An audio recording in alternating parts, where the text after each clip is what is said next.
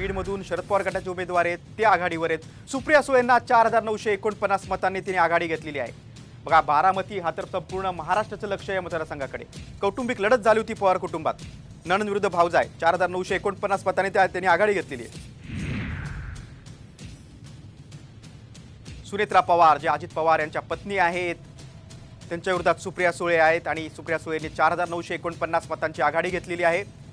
असं म्हणतात की बारामतीमध्ये शरद पवारांच्या बाजूने सहानुभूती होती आणि जो पहिला कल आपल्याकडे येतात जे प्राथमिक कल आहेत त्याच्यामध्ये सुप्रिया सुळेंनी आघाडी घेतली। तब्बल 4949 मतांची त्यांची आघाडी आहे। सुप्रिया सुळे यांच्या विरोधात सुनेत्रा पवार अजित पवारांच्या पत्नी उमेदवार आहेत।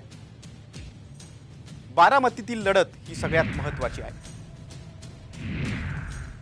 कारण शरद पवारांचा पराभव आमच्यासाठी महत्त्वाचा आहे असं भाजपने म्हटलं होतं। भंडाऱ्यात वळू आपण विदर्भात। प्रशांत पडोळे हे आघाडीवर आहेत।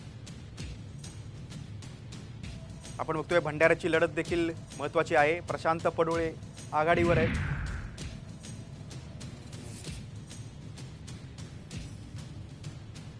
पुरंदरमधून सुनेत्रा पवारांना आघाडी आहे। बघा पुरंदर हा एक विधानसभा मतदारसंघ आहे बारामती मतदारसंघातील।